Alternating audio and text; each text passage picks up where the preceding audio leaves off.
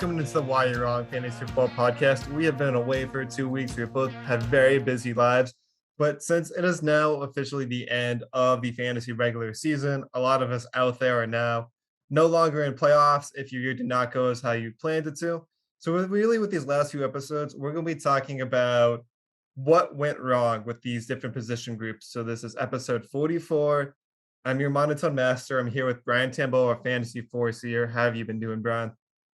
Doing good. All three leagues I made playoffs. I got 2 playoff games starting tonight. Thursday night football, Chargers, Chiefs. I hope it goes in my favor, but the guys that I'm playing, I don't feel too confident. So we're gonna see. But I don't know. Fantasy football is very cruel, but it's also very nice at the same It time. is. I feel the same way about my one team that made it in. I honestly had a terrible luck this year where in all my leagues, the core group of guys I drafted in each one, pretty much they all got injured, which devastated me right out of the gates and just never really recover from that. So I'm already looking forward to next year, but I got one league left.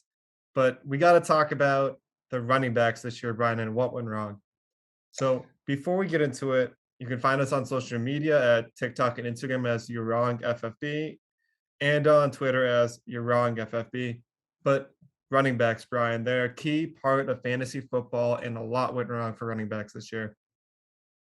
There's definitely, I feel like historically this might be the year where the most running backs in like the top 10 have gone down in previous years. I mean, we have our normal guys like Christian McCaffrey who have gone down several times in the past years, but I feel like a lot of the top 10 running backs and even running backs in the top 20s all got hurt, either season-ending injuries or been out like 4 to 5 weeks. It's definitely been a struggle since RBs were so low going into the beginning of the season anyways. So even though a lot of people like to talk about the top 10, I like to throw in the other 5, 11 through 15, just to basically have a little bit of context of who is going. So before the year started, your average draft positions were Christian McCaffrey, Dalvin Cook, Alvin Kamara, Derrick Henry. All 4 of those guys have gotten hurt for the season or long periods of time. Then we had Ezekiel Elliott, Aaron Jones, Saquon Barkley, Nick Chubb, Jonathan Taylor, and Austin Eckler rounding out the top 10. Then just after that, you had Antonio Gibson, Najee Harris, Joe Mixon, Clyde Edwards-Helaire, who also got hurt for a long period of time, and Chris Carson, who basically only lasted 4 games this season. I feel like a lot of these draft picks are the ADP by the running backs by just looking at it. I mean, it seems pretty correct for where they stood in the ADP, but at the same time, like people like Barkley are going to start to fall. I mean, Barkley is healthy now, but hasn't produced in God knows how long it's been. But there's people like, I don't know, Austin Eckler should probably move up next year. Najee Harris definitely going to move up next year. Joe Mixon's also having a great comeback season. And then Clyde's even doing a little bit ever since he's been back as well. Now it's like Chris Carson, like, is he even going to be draftable next year? Like, he got hurt from here. They have like Rashad Penny going on. The Seahawks are kind of falling apart. Like, there's a lot of moving pieces. So it's going to be interesting to see how pre-draft rankings are at the start of next season, because it's going to be a huge, huge change. Because here's like being the Seattle Seahawks fan. So this is the situation. We did not pick up Rashad Penny's 5th-year option, so he is a free agent next year. But then again, if he does end the year strong, they could be in a predicament where they don't know what to do, because this is now the 2nd year in a row Chris Carson has missed a significant amount of time due to injuries around his neck. And then if they let him go, it's just what are we going to do at running back position? So if Rashad Penny ends the year strong, the Seahawks could be in a running back predicament going into next season. And we don't know where Russell Wilson's going to end up too. So maybe they just might let Rashad Penny go, might let Chris Carson go, might let all these guys go and start the rebuild, because Seahawks have not been good since the Legion of Boom, and the Legion of Boom slowly fell down. The Seahawks went this way, not upwards, and their division's really good too. So listen, if the city of Seattle could have their say, they would be getting rid of Pete Carroll, not Russell Wilson. And I agree with that too. Pete Carroll needs to go. So we are currently going into week 15 of the regular NFL season. With the last few weeks, these rankings could easily change, but here are the top 10 running backs right now through the season. Number 1, Jonathan Taylor. That's frustrating to both of us. Number 2, Austin Eckler. That's great for both of us. Number 3, Joe Mixon. Number 4, James Conner. Number 5, Najee Harris. Number 6, Leonard Fournette. Number 7, Derrick Henry hasn't played since week 8? Yeah. He's still the running back 7 on the year. It's crazy. And Cordero Patterson is the running back 8. and then we have Ezekiel Elliott at 9 and Dalvin Cook at 10. Then going on, Alvin Kamara is at 11, Aaron Jones is at 12, Nick Chubb is at 13. Antonio Gibson didn't really fall that far. He's at running back 14. And then this is kind of funny. Malvante or Melvin Gordon and Javante Williams are 15 and 16 because their season has literally just been every other carry goes to the other running back. That's funny that they're actually ranked one behind another, but I'm just saying now, I've seen it in a lot of videos from fantasy football analysts and a lot of other people. Javante Williams, if Melvin Gordon leaves the Broncos next year, will be a top 5 pick. I've already talked to you about this off Yeah. the podcast, but Javante Williams will be a top 5 running back. I'm calling it now. He's going to be an absolute workhorse for the Denver Broncos next season. He catches the ball, he runs the ball great. I think he leads the league in yards after contact, even as a rookie right now, when he's still the 1B to Melvin Gordon's 1A. He's going to be an absolute monster next year. It's really just this year the Broncos kept Melvin Gordon because he's on the last year of his contract, so they weren't going to get much for him. So might as well just not overload the rookie this year. So next year is going to be a big year for this man. I agree. So we got to talk about what went wrong first. So I kind of have these ranked in order of the ones I feel like hurt the least to hurt the most throughout the season. So Nick Chubb basically was a top 10 draft pick, running back 13 right now. And he honestly really hasn't hurt you for where you took him in the draft. He just hasn't been what we're used to him being. He I missed think, s so, go ahead. sorry. So he missed some time due to COVID. So he's missed 3 games, but if you were able to scoop up Dearness Johnson for that 3 games span, you were totally fine. I feel like it's solely off because the Browns haven't been that good this season, and the game script has not worked in Nick Chubb's favor. He was also been hurt a couple times as well. A lot of the running backs going down. They have a huge COVID outbreak right now. Not relevant to his performance throughout the year, but I feel like if when the Browns are winning a lot of games last year, Nick Chubb was just running the ball 25 to 30 times, and they could still split time at Kareem Hunt. Now the Browns are not even a playoff team right now. They're losing games. They're forced to pass the ball at the end of the game, and Nick Chubb's not that receiving back. So it's been a tough year for him, but I believe that when the Browns are better or they're winning games, Nick Chubb will be good. It's kind of the same situation with Antonio Gibson as well. Yep. So here's Nick Chubb's stat line. He has 167 carries for 926 yards and 6 touchdowns. And then because of Kareem Hunt, only has 15 catches on the season for 112 yards and a touchdown. Averages 15 points per game. He had 4 games sub 10 points. But the thing is he only has 18 touches per game right now, which isn't terrible for a running back one, but in previous years, it's not similar to when he was getting 21 plus touches before Kareem Hunt really had a bigger role. Yeah, it's going to be interesting to see where he gets drafted next year. I mean, obviously, he's not going to be that 5, 6 pick that people were drafting him at the start of the season anymore. But I mean, he's definitely going to be a high end RB2, low end RB1, depending on how the Browns look in the offseason, if they're actually going to make a push for the playoffs and they're going to be a good team. I think, honestly, Baker Mayfield brings down the Browns a lot. And that's just due to his lack of passing. And the Browns are never going to be that great of a team that we thought they were. But at least they hold it down on defense. Myles Garrett's looking like he's going to win Defensive Player of the Year. They got Jadeveon Clowney. So if the defense can squeak out some turnovers and get Nick Chubb more touchdowns, he might be a pretty good running back going into next season. Speaking of the Browns, did you also just get this update that now Case Keenum has tested positive for COVID? So they're on their So third string quarterback for this weekend. yeah, so I'm playing Nick Chubb in one of my playoff games right now, and I just saw all the COVID outbreaks. I don't wish COVID upon anyone, but if I'm going to play Nick Chubb and the Browns are down to their practice squad players, it's a pretty good sign for me. Yeah, so I feel like here's been the fall. It's really just been touchdown regression. His yardage hasn't changed. His yards per attempt has always been above 5 yards per carry. It's just last year he had about 12 touchdowns at this time, and he really only has 6. So like that's the big difference is he hasn't found the red zone as often to get him enough into the top 10 category. Yeah. And moving on, Ezekiel Elliott, what went wrong? So Zeke has fallen from running back 5 to running back 9, which really doesn't feel like a fall. It's just he has not been. Zeke has always been the kind of running back where you know he's not going to win you the week, but he's going to get you a solid 100 yards and a touchdown every week. It's been kind of similar to that, but it doesn't feel the same this year, Brian. And it's really just because of how Tony Pollard has broken out for this offense. I was gonna say there's a lot of different factors with Zeke Elliott, and one, I think he's regressing as a running back. I don't think he's as fast anymore. I just don't think the skill level is there than it was in his first 2 seasons. They in the first week of the season they went pass heavy. They went like 52 passes in a row. Huge outbreak from CD Lamb. You have Amari Cooper, Dalton Schultz showed up, and Tony Pollard was absolutely just running the backfield. Like he was an absolute menace for them. It's kind of hard to be workhorse back in that offense when Tony Pollard's playing so well. And then on the flip side, going down the season a little bit more, Zeke got hurt with that knee injury, and they continue to play him. It's crazy that he hasn't even missed a week yet, Yeah, and he's like still that's playing. Yeah, and he's still playing on that knee injury.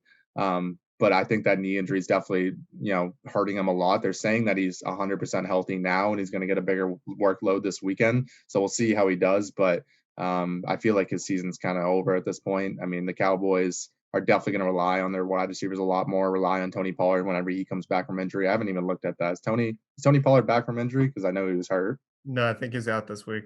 He's out this week. Yeah. But I mean, either way, he should be pretty solid for fantasy owners this week. But I feel like if you drafted Ezekiel Elliott, you probably didn't make the playoffs in the majority of the leagues. So here's like the thing with Zeke. I was like trying to really look into it. It's like why it's because this year it's really felt like Tony Pollard is taking away a lot from Zeke, but it really hasn't been that different from last year with Tony Pollard. So this year, Tony Pollard has just over 100 carries, 35 targets, 2 touchdowns, 36% of the running back offense, only compared to 30% last year. So if you're going to tell me Zeke only lost 6% of his workload, that's not a huge impact. But it's kind of like as we just talked about, is he hasn't missed a game, but he's been dealing with nagging injuries and he's not being used as much in the offense anymore. He used to get 26 touches a game in his heyday. Now only he gets 17. So the volume has gone down enough for him where he's no longer this elite running back. He's going to get you points, but he's not going to win you the week. Yeah, a lot of people like to look at the name and be like, "Oh, Zeke Elliott, he's the workhorse back on the Cowboys. Cowboys are a good team," but people don't really look at fantasy football running backs or even players in general with how teams are game scripted and how they're playing at that moment. Like right now, the Cowboys are struggling with Dak. He's not passing the ball well. They're getting a lot of 3 and outs. The defense is absolutely holding the things together for the Cowboys right now. That's why they're winning games because their defense, not because of their offense, because the offense is struggling. So when they're getting a lot of 3 and outs, Zeke doesn't have a lot of opportunities to be able to score. They're going to have to pass the ball a little bit more. But even then, like they're struggling as a whole as an offense. And when he's hurt too, you're not going to see a lot of results from Zeke. But everyone's like, oh, why? Because the Cowboys are a good team. They're winning football games. It always doesn't equate to how fantasy performance is measured. Do you know whose fault this is, Brian? I'm going to blame Zeke's this feeling of Zeke being bad completely on HBO's Hard Knocks because before Hard Knocks came out, Zeke was sitting around the running back 8, running back 9 range, which is where he is right now. But after Hard Knocks came out and everyone saw how healthy Zeke looked in those trailers, Zeke jumped up 4 spots, Yeah, I mean, news and media can twist your thoughts on who's going to be good in fantasy football. I mean, look especially at right Jamar before Chase. the draft. Yeah, I was about to Jam- say Jamar Chase. Jamar Chase with the football couldn't see the football. People were like, "Oh, we can't see the football. He's not going to be a great NFL player." What happened? He just absolutely blew up. He was one of the top 5 receivers in the league. He's regressed a little bit since then, but I think in the last 2 out of 3 weeks, he's had 20 plus points. So, I mean, Jamar Chase is an absolute monster, and I can't believe that he fell that far. I believe that he wasn't going to be that good, and I was wrong. So, you always can't listen to the media, and you just got to trust your gut and look at the talent, look at the team, look how game scripts, like people like Javonte Williams next year, he's going to get a full workload. You know, the Broncos run the ball so much, and they also pass to their running backs a lot too. So you just got to look at those little things and kind of judge it off that. And to move on to the next running back, another high-end running back, Dalvin Cook, was drafted as a running back 2 in the majority of leagues. He's now the running back 10 at the moment. So Dalvin Cook has had a myriad of injuries, specifically only to like the right side of his body too when I was looking it up. He's basically got the same ankle injury twice in a row. He got the same hip injury twice in a row. I think he's injured his right shoulder 5 times in his career. And so it's been one of those seasons where it is not the Dalvin Cook experience that we remember it being. He has 3 games sub 10 points and only 2 games over 20 points. And if you remember to take Alexander Madison for insurance and later in the draft, then you were fine for the games that he missed due to injury. But if you didn't, that means you had a total of 6 bust games, and there's only been 2 games you've been happy with Dalvin Cook this season. Yeah, I mean, I thought he was hurt with that shoulder injury last game, and he ran for 29. He had 29 carries for 204 yards and 2 touchdowns. So He it was had a his great game. best game of his season when he came back from a 3-week injury 2 weeks early at the last second, and just kind Ye- of that just kind of felt like he gave all of his fantasy managers, like, the middle finger for, like, "I was terrible all season. You definitely didn't make playoffs if you drafted me, so I'm gonna have my best game now."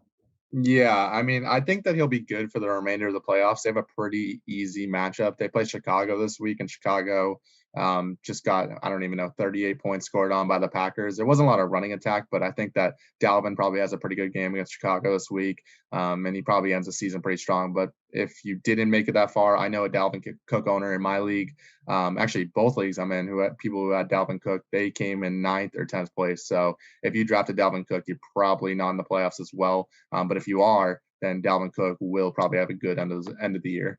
Because, like, here's the thing, I was, like, trying to look at his stats, it's like, what's going on?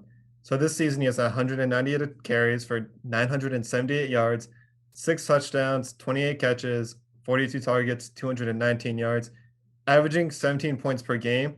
If you take away his big game against the Steelers, he only had 14.7 points per game, which I think is the key stat, is the fact that you took a running back who last season averaged 21 points per game and only got you 14 points per game this season. That 7 points is a huge difference when it comes to week games. Yeah, I wish we could like flash back and like talk about like when we were talking in the offseason where I said that, hey, I don't wish injury upon someone, but watch out for Dalvin Cook this year because he's going to get hurt. I remember that the fantasy force year. It's exactly what happened. So I'm not going to say I called it, but I did call it. So just letting you know. So the biggest thing is it's really just he's had a lot of negative touchdown regression. He's basically on pace for like 20 touchdowns last year. He only really has 6 this year. So like when you lose half as many touchdowns, you're going to drop in fantasy rankings too. Where let's say you had those 10 touchdowns back or so, then you're probably averaging more 17 points per game consistently, not 14. Yeah, totally agree with that. And before, let's see. Okay, we got one more slide, Brian. Then we're gonna play a game right after this one because Okay, it's one that shouldn't be surprising, but it's definitely worth thinking about going into next year. I'm ready. So before that, we gotta talk about Alvin Kamara. So Alvin Kamara is running back 3, now at running back 11. Without Michael Thomas going into the year, a downgrade at quarterback, it was really just it's gonna be Alvin Kamara's football team this year, and then they cut Latavius Murray at the last second. So the Saints doubled down on Alvin Kamara. He had 173 attempts, 650 yards, 4 touchdowns. But the big thing from Kamara is to the air: 36 catches, 49 targets, 335 yards, and 4 touchdowns in 9 games. The big thing is it's been 13 games so far for him, but he's only played in 9. Yeah, that injury, I saw the injury because I'm an Alvin Kamara owner, and I was like, that didn't look good. And then they were saying he was questionable throughout the week, and then all of a sudden it was like, boom, MRI. He had a sprained MCL, and I was like, this is not good. Like, I'm gonna have to scramble around. Thankfully, I had James Conner, I had Antonio Gibson, I had Javonte Williams to back me up while the time he was out, and I actually won more games while he was out than he was actually in my lineup, which is crazy to think about. But now he's back.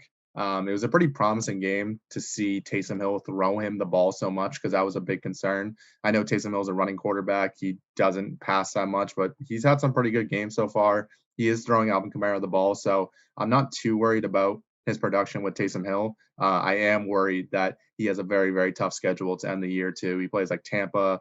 He plays another really tough defense in between there as well. He's got like one of the worst playoff schedules, so it's going to be interesting to see how Kamara's production fits in there. And they get back people like Ty Montgomery who had COVID, and Melvin Gordon's also come back from COVID too. So it's going to be weird how they mix all 3 of those in there and see how Alvin Kamara finishes the year off. I mean, Mark Ingram. Mark Ingram, I don't know why I said that.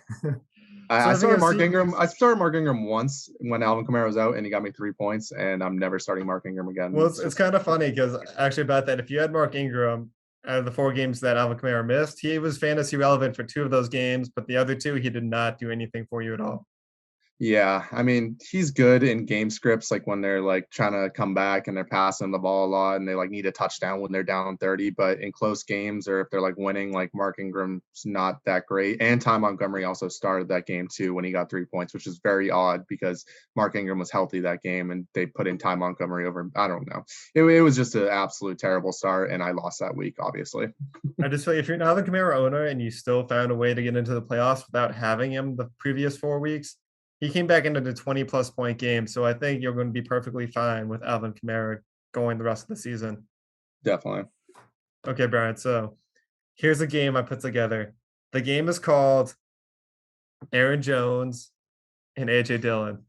Oh my God. Brian, Okay. who has had more carries on the season, Aaron Jones or AJ Dillon? Oh man. Um, I'm gonna say AJ Dillon. It is AJ Dillon. Let's go 1 for 1. How close do you think it is?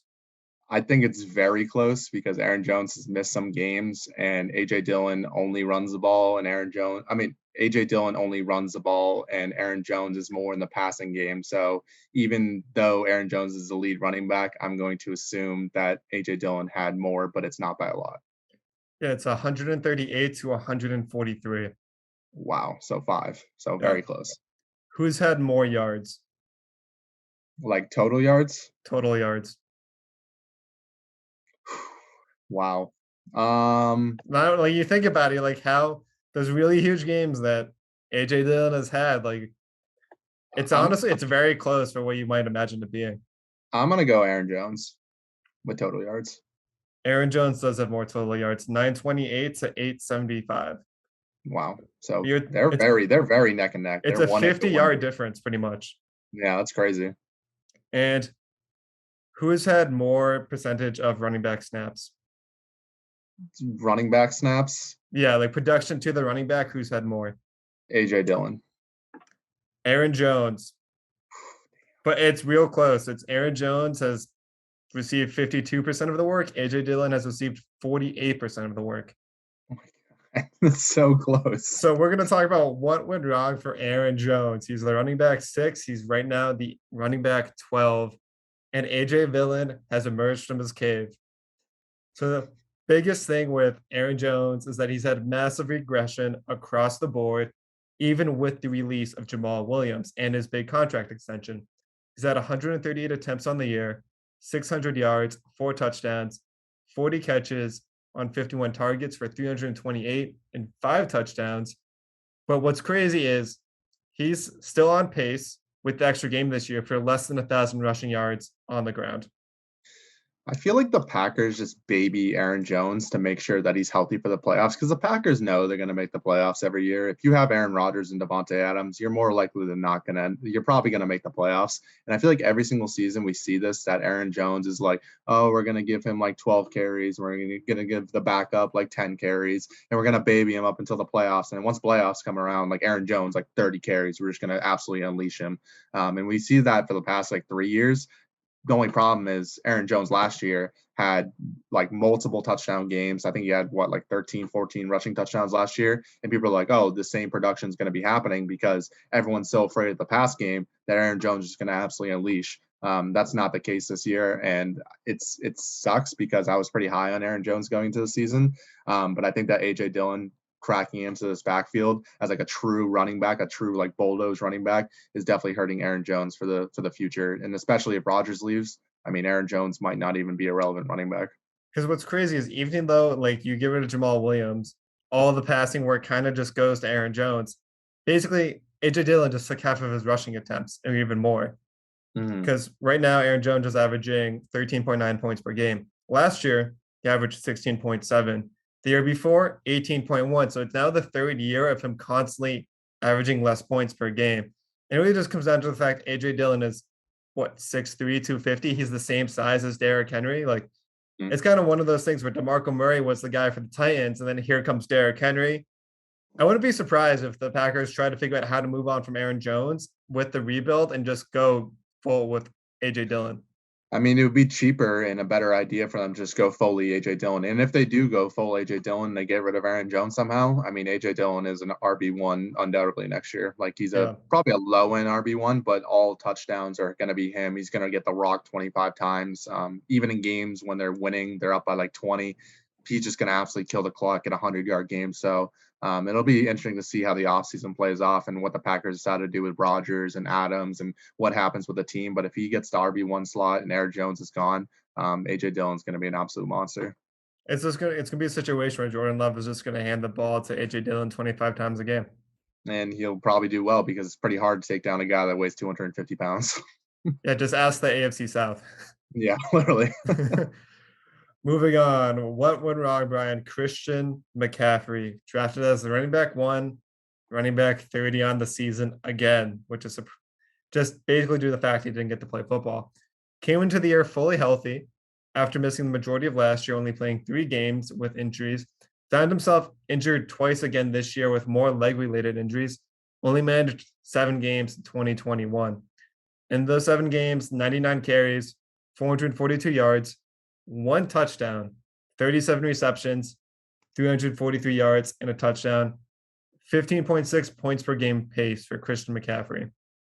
I mean, McCaffrey's a beast. He's just a piece of glass at this point. It's like I can't imagine he's going to even go maybe top 5 next year, but his draft stock's going to fall so low because he is just injured constantly. I mean, how many injuries has he had in the past 2 years? Like it's more than one hand. That's for sure. Like he's been hurt so much, but he's so good when he's on the field. I think I traded for him last year. He got a 30-point game and he got hurt the next game. Like it's just it's so frustrating because the talent's there. It's just he cannot stay on the field, and it is really frustrating because he probably could be the best running back of all time, but not anymore because he just can't stay on the field. Yeah, it concerns me when a player gets injured in a place where they've had injuries beforehand. Like him and Dalvin Cook are in the same boat right now, where they are both elite talents when they're healthy, but they have multiple years of injuries now to the same places. Yeah, I mean that first hamstring injury when he went down, what was it, week 1 or week 2 or whatever it was? Like he tried to make a cut and then he pulled his hamstring. I was like, oh, here we go, I think Chuba it was Hubbard. like it was a week 4 versus the Texans. Like you saw him pull up, and you just saw this leg just not want to bend. Yeah, I mean, people who drafted Chuba Hubbard, like he's been all right in his absence. I wouldn't say he's been like an Alexander Madison production, but he's been good enough. And people who did draft him are definitely smart because they know that Christian McCaffrey is not the healthiest running back out there.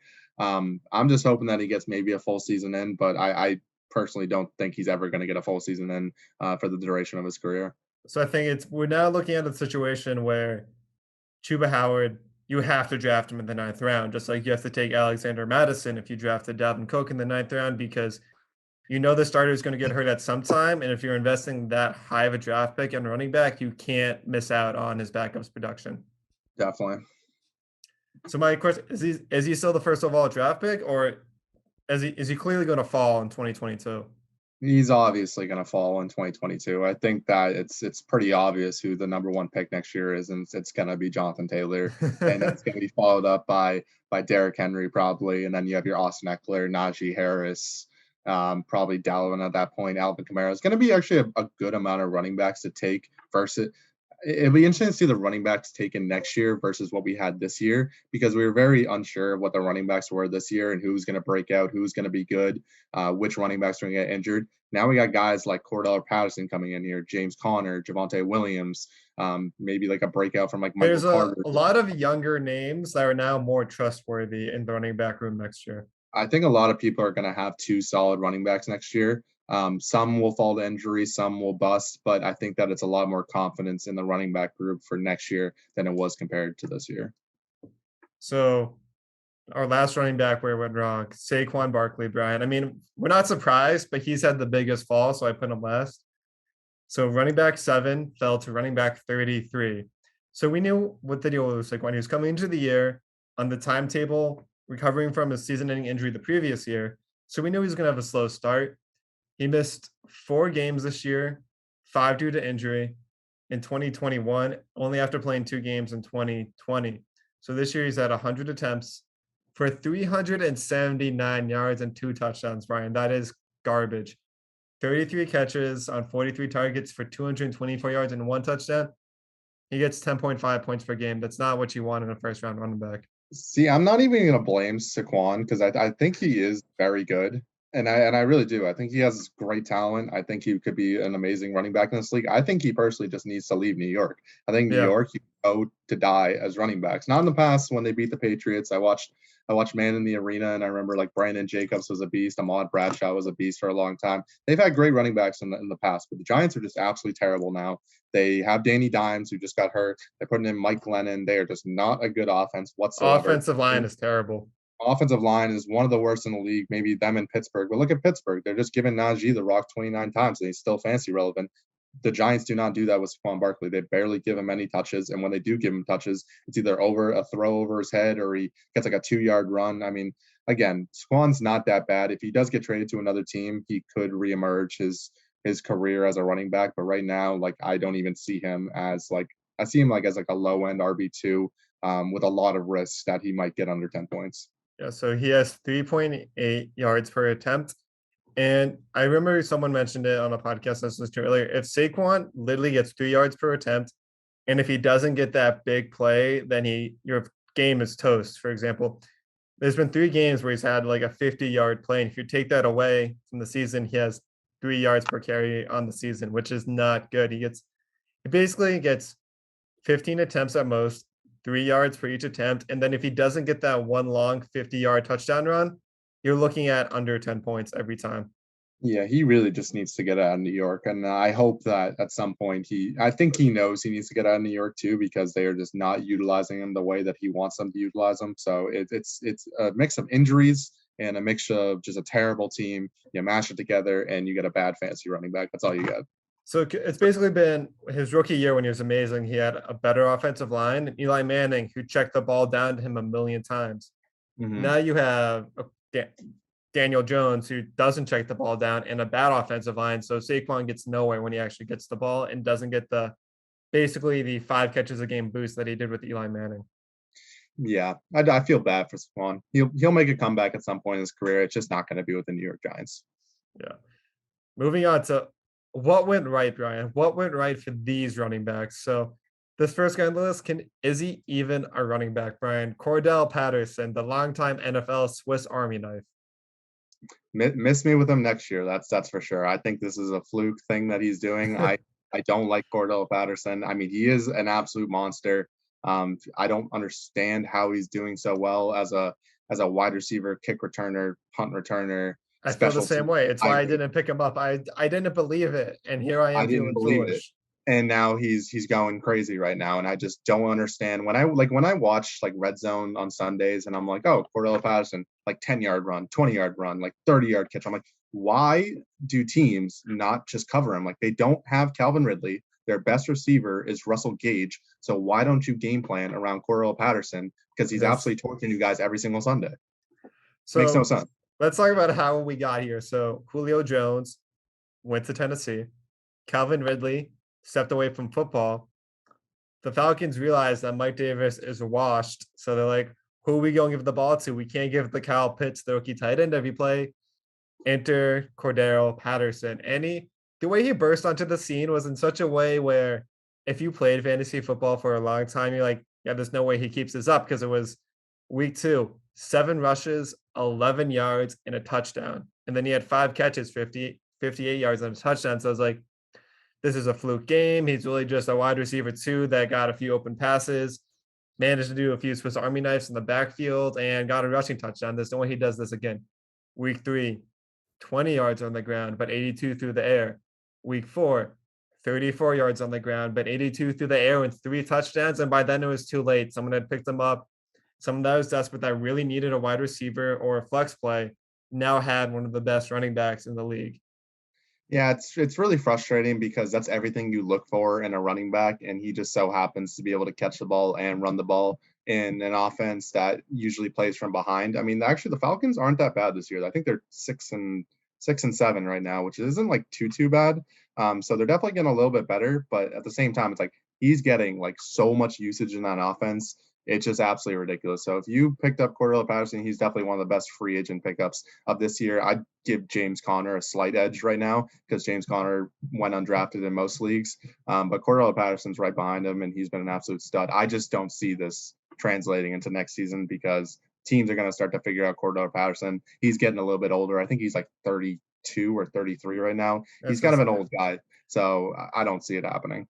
so it's like here's the thing, like basically he's doing a lot with little opportunity. He gets 14 points per game, which is really good for someone in his position.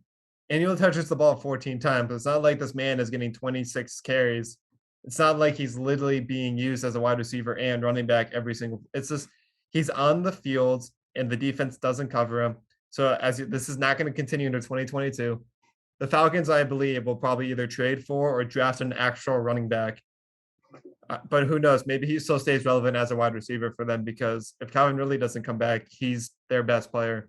Yeah, I mean, if Todd Gurley couldn't get it done, I don't know how Cordell Patterson's getting it done right now. So we'll see how it works out for the Falcons next year. I mean, the Falcons haven't been good since, well, technically losing 28-3 in the Super Bowl. So we'll see how Cordell Patterson plays next year. I will not be drafting him, but someone else can. I know you just mentioned it's still hilarious to me that Adrian Peterson has been signed by two NFL teams this year, and Todd Gurley has not at all been even Yeah, contacted a little bit. It's I, kind I of had a just huge rude. I had a huge fight about this the other day, and it's like everyone's just saying his knees are all busted now. His injuries are catching up to him. He's not the same Todd Gurley. It's like he's better than some starting running backs in the NFL. I truly believe that, and he's not going to get hurt that much. His knees might be a little bit banged up, but someone signed him. Like Adrian Dude, Peterson should he not be could signed over be Todd the Gurley. running back three on a team that just needs someone to go in, and Todd Gurley can go in. Like if Adrian Peterson, what at the age of 36, can get signed by two NFL teams this year, Todd Gurley could be on a practice squad. Yeah, it literally makes no sense. I mean, I hope he gets signed somewhere, but I think Todd Gurley's kind of done with football at this point. I feel like no one has any trust in him, but it's kind of sad. He was so good, but people just believe the injuries caught up to him, and he isn't the same Todd Gurley. Moving on to another running back that's really still in the show, Leonard Fournette, another running back who just had so many red flags that no one really wanted to touch at the beginning of the season. And for the first few weeks, it showed why no one wanted him. So crowded backfield with Giovanni Bernard and Ronald Jones as the starter in Tampa. First 3 weeks was more of the same, 8 carries per game, 31 yards per game. But then what happened? Ronald Jones gets put in the doghouse. Giovanni gets injured, and then Leonard Fournette explodes for fantasy. Yeah, I really thought that there was going to be more of a split backfield, and I think that the signing of Giovanni Bernard scared people from drafting Leonard Fournette, and that's why he went so late in drafts. But I feel like people also should have realized that, hey, last year in the playoffs, Leonard Fournette was a workhorse back. There was no Ronald Jones. There was no backup running back whatsoever. It was just all Leonard Fournette, and it definitely translated into the season. I mean, we also have to think that Brady's 44 years old. He might win MVP this year. They go up a lot. There's a lot of game script in Leonard Fournette's favor. He catches the ball great out of the backfield. It's just really weird that no analyst or no one picked it up that Leonard Fournette was going to be a beast this year, and he went so low in drafts. So if you got him in the draft, I mean, you are definitely getting the best of it You're right now thrilled because right he's been now. awesome. Yeah, you're absolutely thrilled right now. So since week 4, 147 carries, 686 yards, 8 touchdowns, 50 catches. That's big. 50 catches on 77 targets. That said, Giovanni Bernard got hurt, and I got all the receiving work. And it's Tom Brady, so he's going to dump the ball off to me every single play if he has to. Yeah, I mean, because I think last year, Ronald Jones got a lot more work, but his biggest issue was that he fumbled too much. And he And I couldn't think catch that the ball either. couldn't catch the ball too. So Brady loves his pass catching backs. He always has, like he wasn't on the Patriots. He had James White for a long time. He's always had these shifty, small little running backs. Shane Vereen was another one of them. So I think that with a bigger running back who can also catch the ball like Leonard Fournette, he's like a generational talent. He was a monster in college. He came into the league. He had a couple good years in Jacksonville, and they cut him, which is the worst decision Jacksonville's ever made in their lives. If you think about Best that's decision cutting Urban hilarious. Meyer. Cutting Urban Meyer was the best decision they've ever made for that franchise. So good for them. But Leonard Fournette has been an absolute monster this year. He will continue to be the lead back for the Bucks, and will probably go higher. Definitely will go higher in drafts than he was this year. So do you believe that this continues into 2022 for Leonard Fournette? I He's do. getting I think that 22 touches per game. Yeah, I do. I think that if the Bucks keep everyone together, Bucks are going to the Super Bowl this year. I'm pretty confident that the Cardinals will choke, the Cowboys will choke, the Packers will choke, the Rams will choke, and the Bucks will be back in the Super Bowl. And it'll all be because Leonard Fournette runs the ball great. He pass catches great. Tom Brady, obviously the GOAT, makes the Super Bowl like 55% of the time. So I think that next year, Leonard Fournette, assuming he doesn't get any injuries or something crazy happens, he'll be able to continue it into 2022. I feel like Ronald Jones is gone next season. Like they're not dealing with that for another year. Yeah, it's kind of over for him at this point. All right, moving on to a rookie running back who we're both high on in other leagues. Najee Harris was expected to be the workhorse back. Even if the team was bad, he'd get enough volume to be good, and that's literally what has happened. He's had the most carries by a running back this year, 237 carries through the first 14 weeks, 873 yards, 6 touchdowns. Also huge, 60 receptions on 75 targets, 397 yards and 3 touchdowns. So if you wanted to, he's had over 300 attempts so far with the ball being put in his hands, and we still have 4 more games left. Le'Veon Bell 2.0. I mean, if he had a good offensive line, he would be maybe arguably the best running back in the league in my point. I think that he fights for so many yards when he just gets swallowed up to the line of scrimmage and then he just fights for 5 yards. Like he's such a good running back and he gets so many carries and he gets so many catches and they use him in the red zone so much because Big Ben is just absolutely atrocious. The game scripts work in his favor when they're down. They just pass it to him. He lines up at wide receiver. He catches balls out as a wide receiver position. I mean, everything we predicted in Najee Harris is true. We both drafted him. You ended up in ninth. I ended up in like fifth. So I mean, it definitely I'm didn't still work in mad both our about that. I'm favors. still stop bringing Um, that up. because we had like the same teams. I mean, a little bit here and switches here and there, but We literally had the same core group of guys, and my team somehow went 5-9, and your team went 8-5, like or well, nine I and think five the or whatever. I think the biggest thing was that I traded Brandon Ayuk when he was having his bad times for Mark Andrews Yeah, because the that guy I was traded to had Gronk, and then can't believe Gronk we gets let you hurt. get away with that. And then I got Mark Andrews, and then he drops Brandon Ayuk about 5 weeks ago. I pick up Brandon Ayuk, and now he's having the best 4 game stretch. So You I basically absolutely got smashed him. a free fourth round draft pick, which is It, just it was absurd. my trades never go in my favor. I don't like to trade because every time I trade, like I traded Cortland Sutton and Miles Gaskins here for Calvin Ridley. Next week, leaves the team. Gone. Last year, traded Mark Andrews for Christian McCaffrey. Christian McCaffrey gets hurt the next week after that. I don't have luck with trades, but this trade might be my best one of all time. So I just feel like what does 2022 have in store for Najee Harris? Because the thing is, we all know a better offensive line would be better for the running back, but does getting a better quarterback mean he'll get less volume because the better quarterback will probably be able to run the offense better and get the ball to wide receivers more? Yeah, I'm not too sure. I still think the production is going to end up being there. I mean, the Steelers are definitely not getting rid of Najee. He's the cornerstone of that entire offense. So it's going to be interesting to see who ends up playing quarterback for Pittsburgh. They're definitely going to have to make some type of decision because Big Ben is gone this year. But I also think it's going to be interesting because I just don't see the Steelers being good, and they're not good right now. But they're like it's like I trust Deontay Johnson more with like Big Ben, even though he sucks, with like someone like Mason Rudolph. Like I don't know why I think that because like It's Big Ben because Big sucks, but Ben he also just throws to his favorite player 20 times a game. That's and Deontay it's Johnson great. right now. And that's really what it is. Like Mason Rudolph was like spread the ball around, maybe like Najee will get a carry, like they'll get a 3-0. Like I don't know what to really expect. I mean, he's definitely gonna be in the top 10 for sure in draft. But I don't know if I'd rather take someone over Najee because I don't think that he's gonna end up getting hurt at some point too because he is getting like so many touches. He gets the most touches in the league. We It's did only have only that a matter scare. of Was it against what game was it where he got hit and he went down? Was it the yeah Chargers game? with his leg and he twisted up. That was a little scary. And then he bounced right back up. That man just doesn't get injured, but I think that over time he's gonna get beaten down. And then next year there might be a couple missed games from Najee, and that's something to be a little concerned about. So I honestly feel like if they get a better quarterback, what's going to happen is his volume overall will go down, but his production will still at least be high for like yards per attempt because a better quarterback means the defense has to respect the pass game more. So we might see a little bit less stacked boxes for Najee. Yeah, I feel like Najee will be he was like the Saquon Barkley coming into the league, but he's on like a little bit better of a team. His defense gets a lot of turnovers. He gets put in red zone opportunities a lot. He's used in the red zone a lot. So I think he'll be good going into 22. I don't think there's any worry about it. All right, before we go on to the next slide, Brian, we got we got a second round of a game for you. Oh God, let's So go. this is a more personal game to me because I was very frustrated by the outcome this year for these two players. Okay. So this game is between, well, I'll give you a hint. These players are on the same team.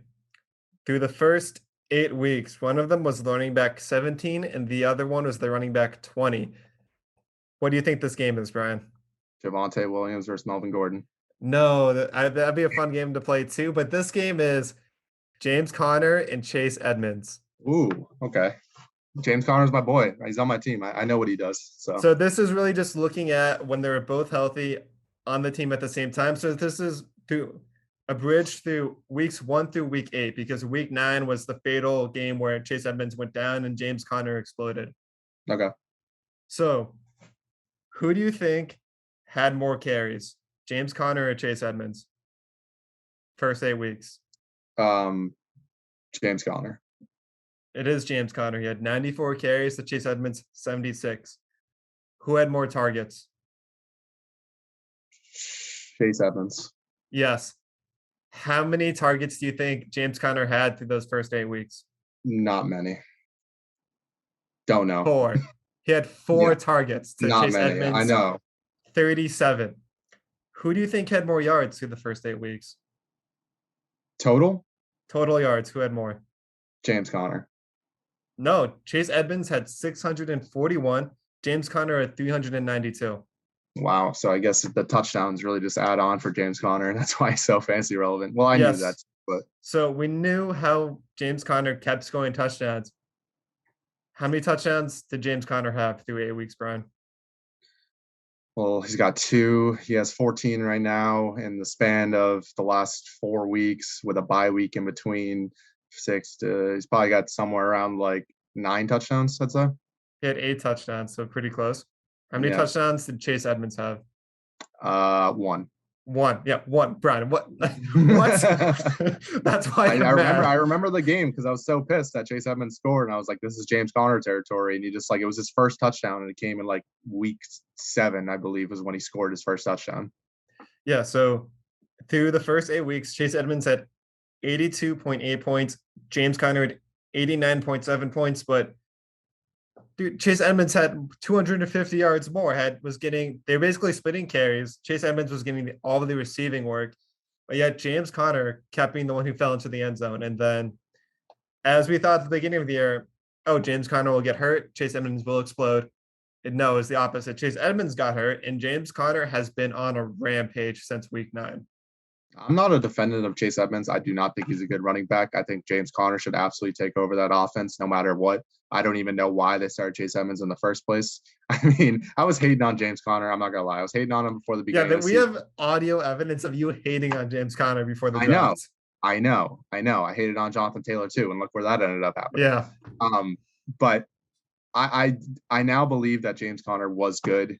He was good on the Steelers when they had a good offensive line. He had a great season. Their offensive line was terrible. The team as a whole was terrible. Everyone's like, oh, it's all James Conner's fault. It wasn't James Conner's fault. He just needed to get put on a better team. And now look what's happened. He's second in the league in touchdowns right now. He's got 14 touchdowns. He's absolutely lighting the league up right now. So next year, it's going to be interesting to see how the Cardinals play it out. Will they go with Chase Edmonds and James Conner again next year, or will they try to move away from Chase Edmonds and just let James Conner do a lot of the work, because he's making one-handed catches out of the backfield right now. That was insane. And no one knew this. Like, he's done it like 3 weeks in a row now. Like, James Conner could be an RB1, like top 5 fantasy running back if they just get rid of Chase Edmonds. But I don't know if they're going to end up doing that, because Cliff Kingsbury loves his dual running back threats, because he's always had the Kenyon Drake, Chase Edmonds, and in previous years he's always done the same thing. So since week 9, James Conner is the running back 2. Since week 9, he's had 85 carries for 269 yards, 6 touchdowns, 25 receptions, 269 yards, 2 touchdowns, averaging 22.9 points per game. Guess who gets to play in the first week of fantasy playoffs if he plays? Detroit. Guess who gets to play in the championship? Seattle. I mean, he's not healthy this week, which is really detrimental to me, because I don't know what to do. And he hasn't practiced the last 2 days. He got an MRI. His ankle's not doing well. So James Conner has definitely made you get to the playoffs. But now that we're in the playoffs now, he might not even play this week. So it's time to start thinking of backup plans for the guy that saved so many fantasy football teams. Yeah, so will this continue in 2022? I believe with the way the Cardinals were using Chase Edmonds, I think they're gonna go back to a more of like what we saw at the beginning of the year, but they'll probably do it very evenly where James Conner will get the majority of rushing attempts, but Chase Edmonds will get the majority of receiving attempts, and they're both just gonna be frustrating for fantasy next year. That's gonna be like you don't know which one to pick because they're both gonna probably end with 10 points and one of them might score. I'm not sure, but is James Con? Yeah, James Conner's only on a 1 year deal, and he signed for $1.7 million. Like he might not even be on the Cardinals next year. Someone might sign him as a workhorse running back and give him like a 3 year deal for like I don't know, $15 million. Like he's definitely proven himself. So it'll be interesting to see if they move away from him because they did it with Kenyon Drake. He went over to the Raiders. He got so much money for no reason. I don't understand why they paid him so much. But James Conner is legitimately a workhorse running back.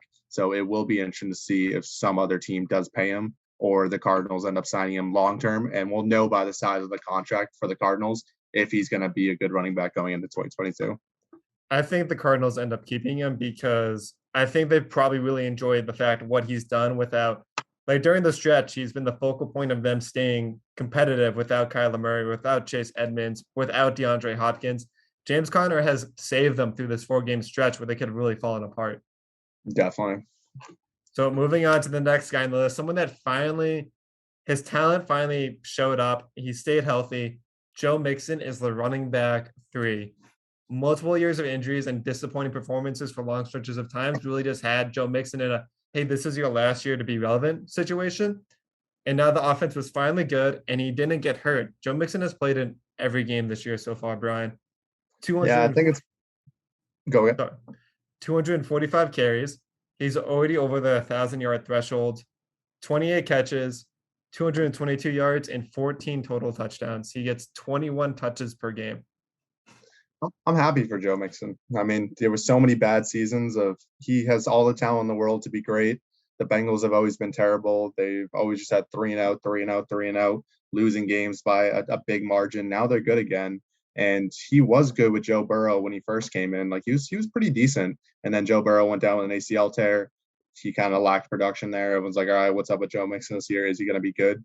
The And Bengals are then great he, now, and he's just absolutely exploding. So there's nothing weird to see about this because we all expected him to be good. We just didn't know. Now it's reassurance to say that Joe Mixon will end up, keeping us up in 2022, and he's going to be drafted higher than he even was this season. yeah, I think now that the Bengals are also pushing to be the better team in the AFC North, it's at the point where it's not just going to be like, oh man, do I really want to deal with Joe Mixon when the Bengals are always down? The Bengals are going to be in every single game now, so they're going to rely on Joe Mixon in every single game script. Yeah, I mean, there's not much to say about Joe Mixon. He's definitely a stud. He's definitely proven himself this year. I mean, he will continue this in 2022. So I think all the Joe Mixon hate from the previous years, just because he was on a bad team, bad offense, just bad team in general. Bengals have really turned things around. He's going to be a monster moving forward. And to move on to the running back 2 on the season, the guy we're both super high on, Austin Eckler. Honestly, I'm still mad. So we both had Najee Harris and Austin Eckler, who was the running back 2, and the running back 5. My team still somehow goes 5-9. I'm still mad about that. The more we talk about it, the more it frustrates me. But And he you was had the CD Lamb too. yeah, it doesn't make sense. But that it's just bad. Like matchups can be a huge thing. Like it doesn't matter how well your team does. That could be the one week you play against the one team that is better than you, and that happened to me a lot this year. But Yeah. moving on, the best player between the 20s, in my opinion. But we really wanted to see him get goal line carries this year, and he got them. So he exploded. 161 carries, 730 yards, 9 touchdowns on the ground. His big thing is through the air, 58 catches on 75 targets, 535 yards, and 4 touchdowns, 17 points per game. Only 2 bust games, but he's had 3 games over 25 plus points, including a Monday Night Miracle, which saved a lot of people who happened to be playing against Jonathan Taylor in that same exact week. I have nothing bad to say about Austin Eckler. I mean, he is just an absolute stud. He loves fantasy football. He knows the Yep. implications of fantasy football. He is a dual threat running back slash pass catcher on a high powered offense. He is just probably my favorite fantasy player to ever own, to be honest. And if he drops, he's hurt right now. He's got to play. He's got a game tonight for a lot of people, playoff game. They're saying he might not get a full workload, but that's not from the team. That's from reporters thinking that, oh, his ankle is a little bit injured. He's a little banged up. If he drops 30 points tonight, I am going to draft him number 1 overall next year because I love him so much. You get an Austin Eckler jersey, right? Like Austin I Eckler would get an jerseys will Austin be Eckler ordered. jersey. That man is the best fantasy football player out there. I mean, Jonathan Taylor obviously is having a killer season. It'd be tough to not take him number 1 overall. It'd be tough to not take Derrick Henry after that. But the third pick, I mean, Austin Eckler is putting up a huge fight to be that third pick in the draft because he's just nothing but productive for the team. And he understands fantasy football implications and will get fantasy points for your team no matter what. And since he plays the game himself, he's going out there. His own playoff team in fantasy football is on the line, and he's definitely on it. He's got to go out there and get himself 20 points. He's got to go, dude. There was nothing small. I think 15 to 20 points from tonight just because he has a bum ankle, but that's still a pretty good game. If he gets anything less than 10 points, I mean, might have to give him a DM because we're not having this in the fantasy football playoffs. But I think Eckler will do fine. He's going to be great for 2022. The Chargers are only getting better. Herbert, honestly, I think in the next 3-4 years, going to win an NFL MVP. They are only going up from here, and Eckler is going to be the main workhorse back in that offense. Dude, I can't wait.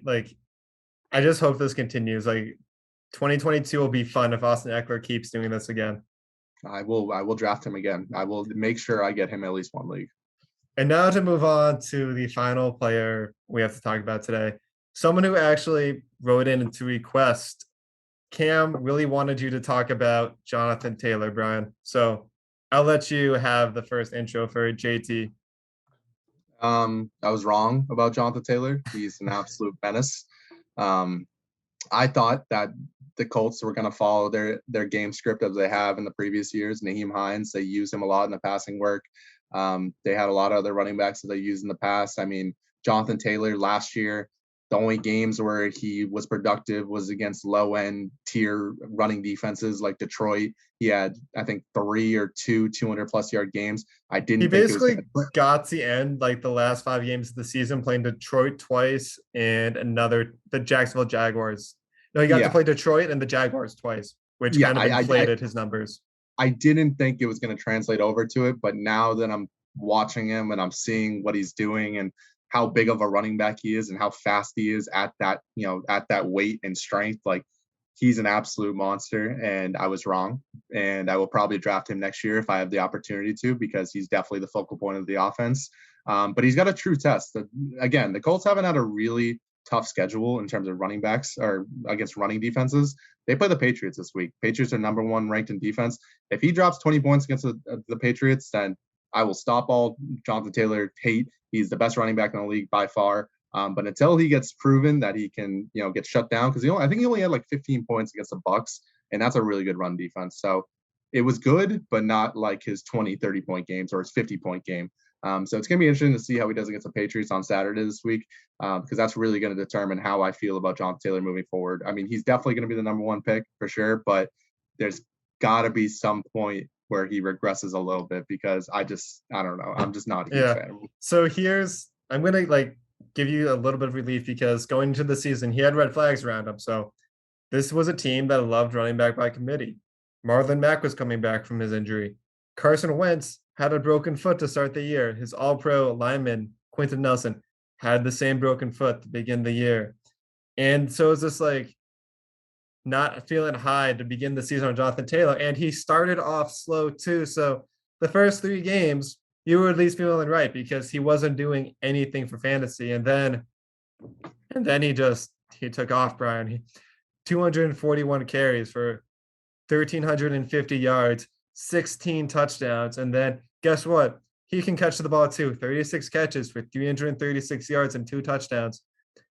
21 points per game. If you take away those first 3 weeks, since week 4, 25 points per game. And he's proven himself versus good teams. 32 carries for 185 yards and 4 touchdowns versus Buffalo, plus 1 through the year too. And Buffalo has a good defense. He's definitely a contender for the number 1 pick this year. Bryan, I guarantee you, with that offensive line, I don't care how good the Pats defense is, Jonathan Taylor is going to be running down he's going to have a decent day. Maybe he doesn't have the best day. I give it to Bill Belichick. He's going to figure out how to try to stop that run game. But when it comes, the offensive line is going to move some bodies for him. Yeah, I mean, he definitely is gonna still do Jonathan Taylor things. There's no way he gets under 10 points. He'll probably end up scoring at some point because that's just what Jonathan Taylor does. But give me Austin Eckler over Jonathan Taylor because I'm definitely an Eckler fan over Taylor. But Taylor probably will be the number one consensus pick. I truly believe that he will go number one pick in next year's draft.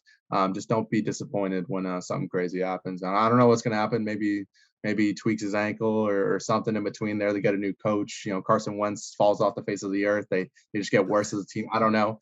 Just keep Jonathan Taylor with some caution because I just don't see the 16 touchdowns through 14 weeks to happen next year. You're literally going to be telling yourself anything you possibly can to not take him one-on-one when you have the first pick next year. It's going to be tough. I mean, I'm going to have to like click draft, but like shaking at the same time, like hovering over like Eckler or Derrick Henry. I think I'd rather go Jonathan Taylor over Derrick Henry at this point. Yeah, I would I'll too. take Just the because younger guy with a better team. Yeah, better team, better passing. Well, Titans are technically better than the Colts right now, but Are they? the pass, yeah, yeah, they are. The Titans are second in the AFC right now. They're kind of balling. I mean, on paper they don't look that good, but they are technically Okay. second in the AFC right now. So On paper, um, that offense looks atrocious. yeah, they're not great. Like, I mean, when they get AJ Brown back healthy and they have like a full healthy offense, like the Titans are definitely one of the better teams in the AFC. But for the passing work that John Taylor gets and the running game, like he runs as good as Derrick Henry and he also catches the ball too. So that's probably why he'll go number one. Can't wait to talk about wide receivers next because AJ Brown has done terrible things to fantasy managers this year. But that wraps up our running back episode. If you guys have any quarterbacks, wide receivers, or tight ends you want us to talk about, comment on our Instagram post or comment on YouTube below. As always, hope you guys made it through fantasy weeks. Hope you're into the fantasy playoffs. And if you're not, there's always next year. Like, take it a few weeks off, enjoy watching football, but then fantasy always will start back up soon. So the biggest things to watch for now, if you're out, is to see how guys play the last few weeks, if there's any breakout stars, and how free agents are moving into next season where the rumor mills start. So do you have anything final remotes, Brian? Austin Eckler is going for 30 on Thursday Night Football. Calling it right now. We're going to see a big game out of him tonight. Chiefs Chargers. Let's see it. Can't wait. Cheers, Brian.